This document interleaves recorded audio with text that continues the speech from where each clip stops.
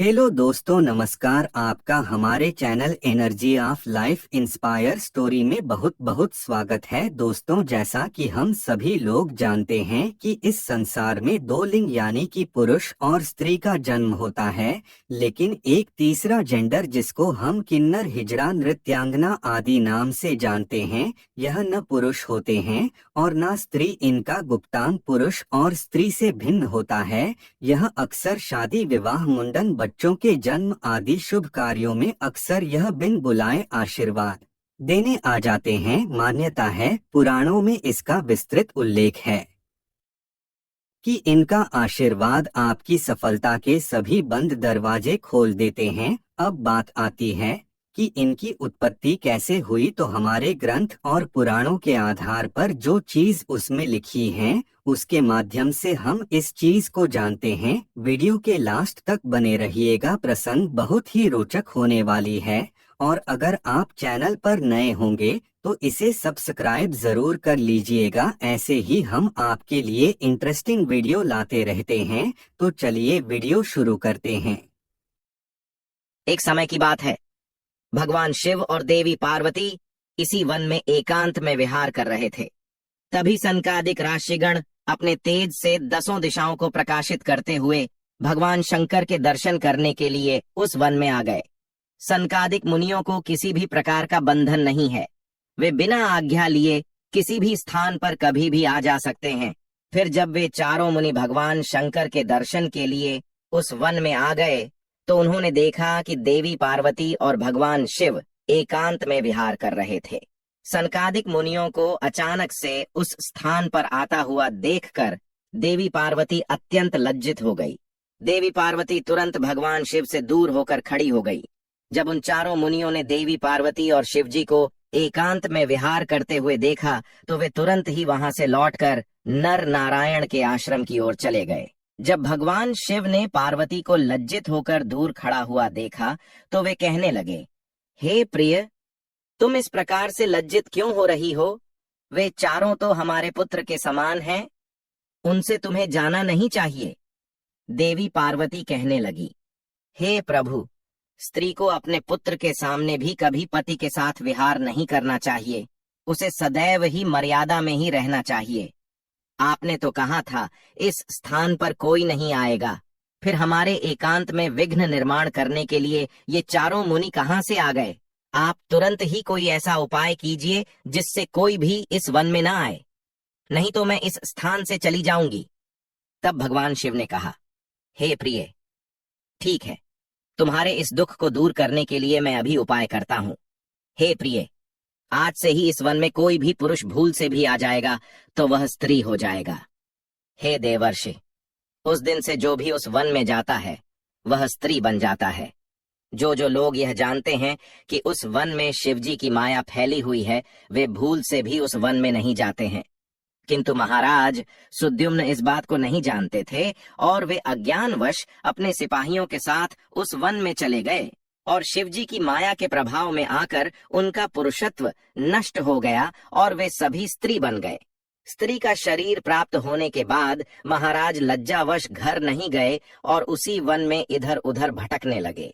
स्त्रीत्व प्राप्त होने के कारण उनका नाम इला पड़ गया। इस प्रकार से महाराज सुद्युम्न इला के रूप में वन में अपनी सखियों के साथ इधर उधर भटकने लगे। एक दिन वे सभी वन में सुंदर जलाशय के पास खेल रहे थे।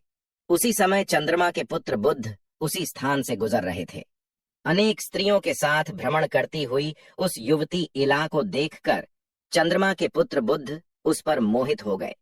उस इलाके सुंदर तथा मनमोहक रूप को देखकर बुद्ध जी मंत्रमुग्ध हो गए और उसी क्षण उनके मन में उस इला को पाने की इच्छा प्रकट हो गई।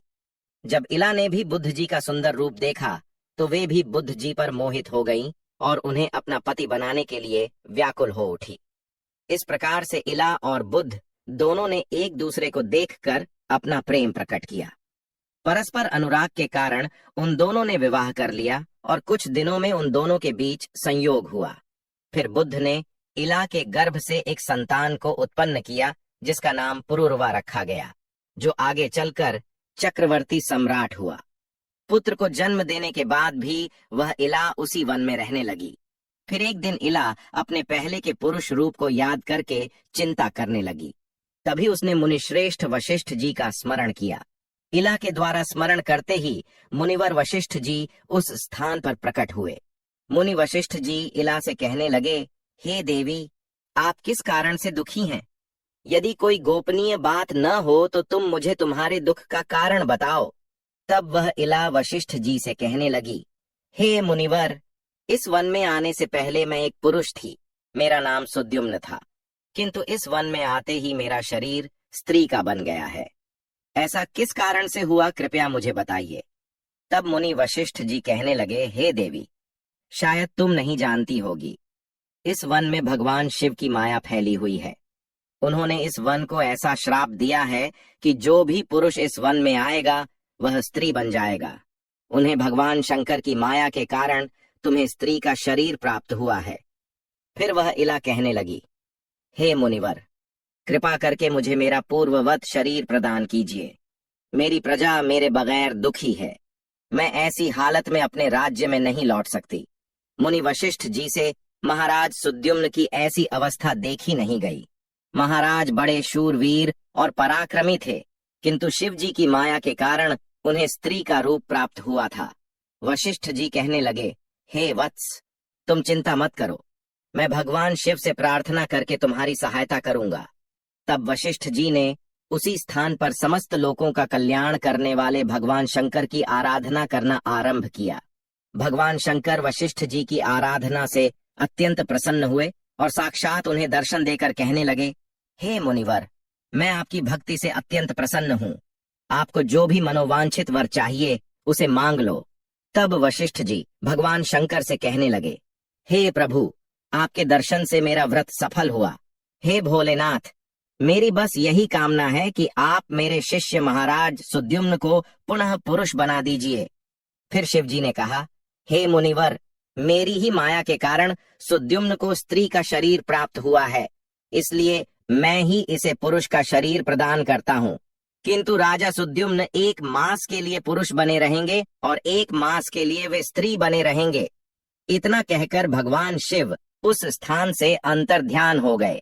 इस प्रकार से वशिष्ठ जी की कृपा से और भगवान शिव के आशीर्वाद से महाराज सुद्युम्न को 1 मास के लिए पुरुष का शरीर प्राप्त हुआ और वे अपने राज्य में लौट गए और सुखपूर्वक राज्य करने लगे। जब महाराज पुरुष के रूप में होते तो वे अपने नगर में जाकर राज्य किया करते थे, और जब वे 1 मास के लिए स्त्री के रूप में होते तो वे वन में आकर ही रहने लगते थे। महाराज के ऐसे विचित्र व्यवहार से उनकी प्रजा त्रस्त हो गई और वे पहले की तरह महाराज सुद्युम्न का सम्मान भी नहीं करने लगी।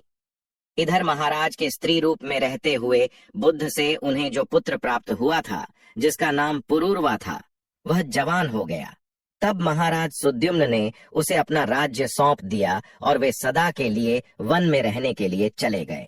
वन में जाकर महाराज सुद्युम्न अपने स्त्री शरीर इला के रूप में तपस्या करने लगे। फिर उन्होंने देवर्षि नारद जी से नवकार मंत्र की दीक्षा ली और देवी पार्वती की उपासना करने लगे। अनेक वर्षों तक उस वन में रहकर उन्होंने उस मंत्र का जाप किया और देवी को प्रसन्न कर लिया। तदनंतर भक्तों का उद्धार करने वाली जगत जननी भगवती पार्वती ने उन्हें साक्षात दर्शन दिया। उस समय देवी सिंह पर आरूढ़ होकर उनके सामने खड़ी हो गई। देवी को अपने सामने खड़ा हुआ देखकर इला ने उन्हें नमस्कार किया और उनकी स्तुति करने लगी। हे जगत जननी, मैं आपके चरण कमल की वंदना कर रही हूँ। कृपा करके मुझे इस शरीर से मुक्ति प्रदान कीजिए। तब देवी ने उस पर प्रसन्न होकर कहा, हे इला, आज तुम्हें स्त्री शरीर से मुक्ति मिल जाएगी और तुम परम पद को प्राप्त कर लोगी। देवी के इतना कहते ही इला ने अपने शरीर का त्याग किया और परम पद को प्राप्त कर लिया। महाराज सुद्युम्न के परम धाम को जाने पर महाराज पुरूरवा राज्य करने लगे। हे देवर्षि, अब सुनो किन्नरों की उत्पत्ति का रहस्य। महाराज सुद्युम्न अपने सिपाहियों के साथ उस वन में आए थे। उनके जो सिपाही थे वे सभी किन्नर बनकर सुमेरु पर्वत के पास जाकर निवास करने लगे। उन्हीं से किन्नर प्रजाति की उत्पत्ति हुई। उम्मीद है आपको यह कथा पसंद आई होगी। वीडियो को लाइक जरूर करें और कमेंट में जय श्री हरि विष्णु और हर हर महादेव जरूर लिखें।